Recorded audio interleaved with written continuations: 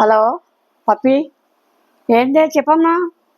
ఇవాళ మా ఇంట్లో టమాటా పప్పు చేయమన్నారే. టమాటా పప్పు కదనే, ఈజీగా సింపుల్గా చేయొచ్చునే. టమాటాలు తీసుకొని కిలో పప్పు పోసి వండేసే రాదే. టమాటా పప్పు ఖచ్చితంగా టమాటాతోనే చేయాలని, వేరే దాంతో చేయలేమా?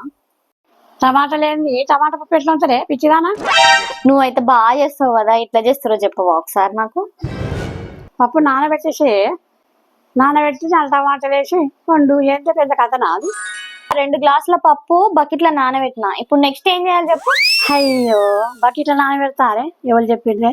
కుక్కర్లో నానబెట్టాలి. అచ్చా, కుక్కర్లనా? సరే సరే. పొయ్యి మీద గిన్నె పెట్టి టమాటాలు పొయ్యి మీద మగ్గని. మా ఇంట్లో 2 మగ్గులు ఉన్నాయి, ఒకటి వైట్ది ఒకటి బ్లూది. ఇంట్లో ఏ మగ్గులో పెట్టాలన్నా ఇప్పుడు టమాటాలు నేను?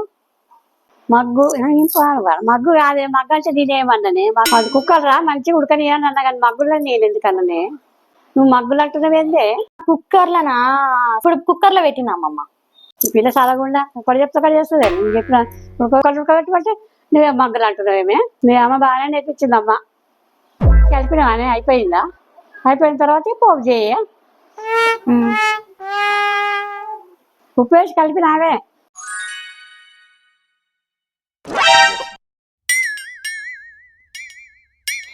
ఏందే ఇది, నీ చెప్పినట్టే చేసిన, అయినా కూడా ఏదో ఇడ్లీలు తిన్నప్పుడు దోశలు తిన్నప్పుడు వచ్చే వాసన వస్తుంది. టమాటా పప్పు తిన్న టేస్టే వస్తలేదు అస్సలు నాకు. ఇడ్లీ దోశ లెక్కలు ఎందుకుందే, గట్ల ఎందుకుంటుందే? ఏం పప్పు వేసినవే? ఇంకే పప్పు, రోజు వేసే పప్పే, మినప్పప్పు వేసిన. అయ్యో, మినపప్పు వేసినావే? అయ్యా, మినపప్పుతో ఉండరా అనే టమాటా పప్పు? మీ అమ్మ చెప్పినావే, నీ తెలివి తెల్లారా. అమ్మో, ఇప్పుడు ఆయన ఎట్లా తింటాడో ఏమోనే.